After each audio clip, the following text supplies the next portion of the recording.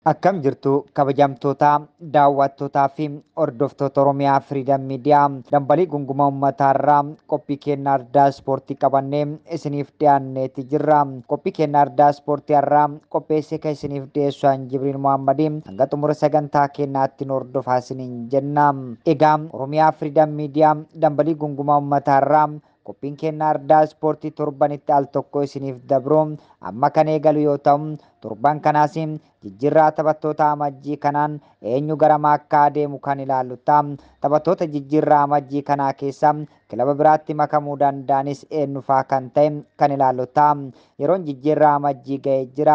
Hammi taphataa akkamitu gara kilabii biraa deema kan jedhu danda'u ijootaaf odeeffamaa ture booda yeroon qabatamaan itti argamu ga'ee jira. Odeeffannoo hedduu taphataa kamtu eessa deemuudhaaf jira jedhamaa turee fi baanota muraasa dhufan keessa dhugoomuudhaaf jira walitti qabannee jirra. Calvin Philippin Manchester City irraa Newcastle fi Juventus waliin maqaan isaa ka'aa jira. Taphataan Manchester City kun Newcastle fi Juventus waliin maqaan isaa irra deddeebiidhaan ka'aa kan jiru yoo ta'u Calvin Philippin goolii isaa jalqabaa Manchester Cityidhaaf kan lakkoofse yeroo tapha Champions League muddee 13 Red Star Bellingi waliin taphataa turedha. Haa ta'u malee gooliin inni lakkoofse kun hiree istaadiyeemiitti turuu hin dhugoomsineef taphataan sarara gidduu Ingilizii kun maqaan isaa ciminaan Newcastle waliin ka'aa jira. Kana malees kilabiin guddaan Xaaliyaanii Juventus bakka taphataan kun deemuu danda'u jedhamuun tilmaamamaa jira. Jadon Sanchoon Manchester United irraa Borussia Dortmund waliin maqaan isaa ka'aa jira. Jadon Sanchoon akka Old Traffordin gadhiisu ifa ta'ee ture. Taphataan sarara fuulduraa kun erga leenjisaa kilabichaa Erik ten Hag waliin wal dhabanii fincilee kilabichaan ala waan tureef deemuun isaa akka hin oolle dhugoomee jira. Kilabiin isaa duraanii Borussia Dortmundin maqaa taphataa kanaa kaasaa jira. Haa ta'u malee dhimmi mindaa isaa gufuu guddaa kan uume akka ta'eesii fi kunis akka hin milkoofne taasisa jedhamee jira. Taphataan Manchester United hiriyyaa isaa ta'e Donny van de Beekin gara Bundesliga deemuun amajjii tokko irraa kaasee Eintracht Frankfurtitti makamee jira. Aaron Ramsey Arsenal irraa Chelsea fi Newcastle waliin maqaan isaa ka'aa jira. Taphataan Ingilaandii kan ta'e Aaron Ramsey Arsenal keessatti erga David Ryan fulbaana dhufee bakka isaa dhabee jira. Karra eegaan kun jijjiirraa amajjii kanaan gara biraa deemee carraa dhaabbiidhaan taphachuu fedhaas jedhee jira. Chelsea fi Newcastle ammoo kilabii Ramsdalein barbaadan keessaa isaan tokkodha. Conor Gallagherin Chelsea irraa Tottenham waliin maqaan isaa ka'aa jira. Conor Gallagherin yeroo jalqabaatiif Chelsea keessa dhaabbataan bara kana taphachaa kan ture yoo ta'u yeroo ammallee ta'ee garee isaa dursees jira. Kana ta'ee osoo jiru garuu jijjiirraa amajjii kanaan kilabii biraatti makamuudhaaf oduun jedhu hedduun namootarraa ajaa'ibsiisee jira.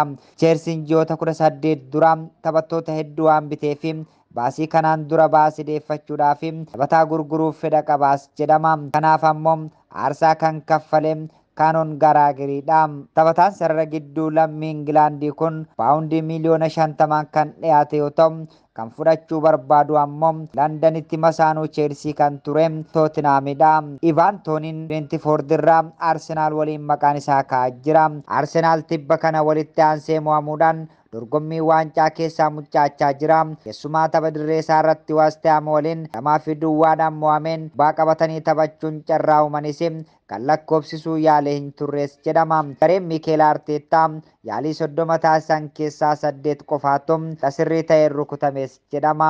Jifataan Brentford Ivan Toney sarara duraa fuula dura Arsenal cimsuudhaafis dirraa amajjii kanaa keessa mallatteessuu danda'a jedhamee odeeffamaa jira. Toney seera tirgaa yookaan qumaara beetingii waldaa kubbaa miilaa waan cabseef ji'a 8dhaaf adabame yeroo amajjii 17 adabbii isaa kan xumurus ta'a jedhame. Joao Philippin Fulham irraa Arsenal, Bayern Munich fi Liverpool waliin maqaan isaa ka'aa jira. Fulham fulbaana darbee kontiraata haaraa dhiyeessuun taphataa sarara gidduu Joao Philippin barbaadan akeekkachisee jira. haa ta'u malee jirraa amajjii kanaan kilaboonni ijjiirra bu'ee biraa hafanii hin jiranii. Arsenaal, Bayern Muunikii fi Liverpool taphataa lammii Poorchugaal kana fudhachuudhaaf jedhamee maqaan isaanii waliin ka'aa jira. Fulaam ammoo yoo kan gadhiisu ta'e gatii cimsee hanga paawundii miliyoona 60 gaafata jedhamee jira. Toomaas Paartiin Arsenaal irraa Juventus waliin maqaan isaa ka'aa jira. Toomaas Paartiin bara kana sababa miidhamaatiin Arsenaaliif taphachaa hin turre. Mikel Arteetaan ammoo jijjiirraa amajjii kanaatti taphataa biraa bituudhaaf baajata barbaada. Kanaaf taphataa sarara gidduu lammii Gaanaa kana gurguruun danda'ama jedhamee yaadama. Taphataan umrii waggaa 30 sababa miidhamaan 6 lamaaf osoo hin taphatin ture kun gara kilabii guddicha Xaaliyaanii Juventus deemuu malaas jedhamee jira. Ispoortiin fayyaadha, ispoortiin nagayaa, ispoortiin guddina, ispoortiin jaalala. Itti aansuudhaan ulawwan gaazexaa ispoortii jalqaba har'a ba'an immoo Mohaammed Saalaa qabatanii ba'anii jiru. Tapha Piriimeer Liigii torbee 20ffaa Liverpool dirree ofiitti irratti Niwukaastil Yuunaayitid simatee goolii 4-2 mo'atee qabxii 3 liigichaan dursaa jira. Tapha wiixata galgalaa gaggeeffame kanaan Mohaammed Saalaan goolii 4 keessaa 2 lakkoofsee jira. Mohaammed Saalaan adabbii peenaalitii tokko karra eegaan warra Niwukaastil jalaa qolatee dhoowwatus goolii ofiin galcheen alattis kaan keessallee gahee guddaa qaba. Liverpool bara kana seenaa Piriimeer Liigii keessatti kilaba wayita taphatu maraatti gooliiwwan akka galchu eeggamu ta'ee jira. Liverpool bara kana seenaa Piriimeer Liigii keessatti kilaba wayita taphatu maraatti gooliiwwan akka galchu eeggamu ta'ee jira. Kana qofaa miti baruma kana waliigalaan baa taphattoota kilabichaadha gara goolitti yaalaman kan yeroo kamiyyuu caalaa baay'eedha. Kana waan ta'eefis Liverpool bara kana injifachuudhaaf morkataa isaa cimaa ta'ee jira. Jijjiirraa taphattoota ganna darbeetiin erga Faabiiniyoo fi Jordan Hendersoniin gadhiisanii sarara gidduu isaanii deebisanii cimsuudhaaf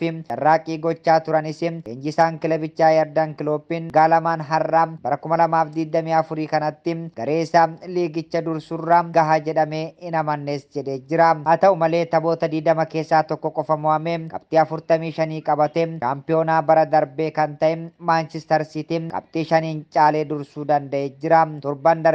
Torban darbee liigicha dursaa kan ture Arsenaaliin qabxii 5 caalee Liverpool argamaa jira. Taphataan duraanii sarara ittisaa Liverpool Jimmy Carragherin kun ga'umsa guddaa Liverpool bara kana agarsiisedhas jedha. Mohaammed Salaan biyya isaaf taphachuudhaaf deema. Taphni waancaa kubbaa miilaa Afrikaa dhiyaachaa jiraas kan jedhani. Kun ammoo warra Liverpooliif oduu gammachiisaa mitis jedhu. Masriin ammoo biyyoota Afrikaa waancaa Afrikaa kanarratti hirmaatan keessaa isii tokkodha. Maashina goolii Liverpool kan ta'e Mohaammed Salaan ammoo Masriidhaaf taphachuudhaaf deema. Liverpool taphoota Piriimeer Liigii bita Mohaammed Salaan deemutti taphatan akka ammaa kanatti itti fufee milkaa kan jedhu gaafii deeggartoota kilabichaati. Masriin dorgommii waancaa kubbaa miilaa Afrikaa kana dhumaatti kan deemtu yoo ta'e Mohaammed Salaan taphoota Liverpool taphattu 8 keessaa hafuudhaaf deemaas jedhama. Kun ammoo taphoota 2 Arsenaal waliin tokko ammoo FA Cup marsaa 3ffaa dilbata taphatamuu fi Piriimeer Liigii gurraandhala 4 taphatamu dabalata. Tapha Kaaraabaawo Cup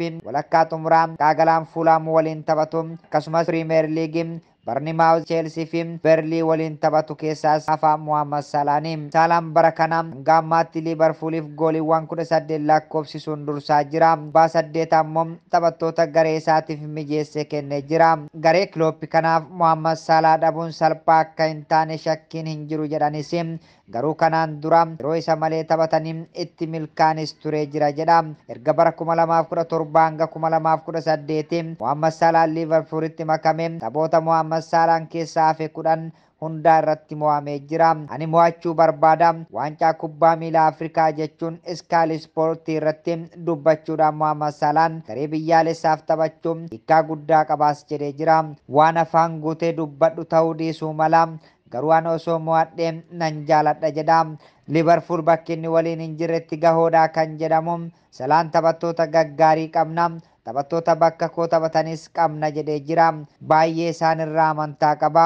Baay'ee cimnee hojjechuu qabna. Dirree isaan irratti cimina agarsiisuun ni barbaachisa. Kana gochuu dandeenyaan itti fufnee mo'achuu ni dandeenyas jedha. Ispoortiin fayyaadha, ispoortiin nagayaa, Ispoortiin guddinaaf, ispoortiin jaalalaaf. Egaa kabajamtoota daawwattootaa fi hordoftoota Oromiyaa Freedom Media dambalii gunguma uummataa qophiin ardaa ispoortii har'aaf qopheeffanne kanneen hanga ammaa turanii qopheessee kan isiniif dhiyeessan Jibriil Muhammadii ogummaa kaameraa fi teeknikaatiin Umar Jamaaltu na faana ture. Qophiilee Oromiyaa Freedom Media kanneen hafan waliin turtii gaarii.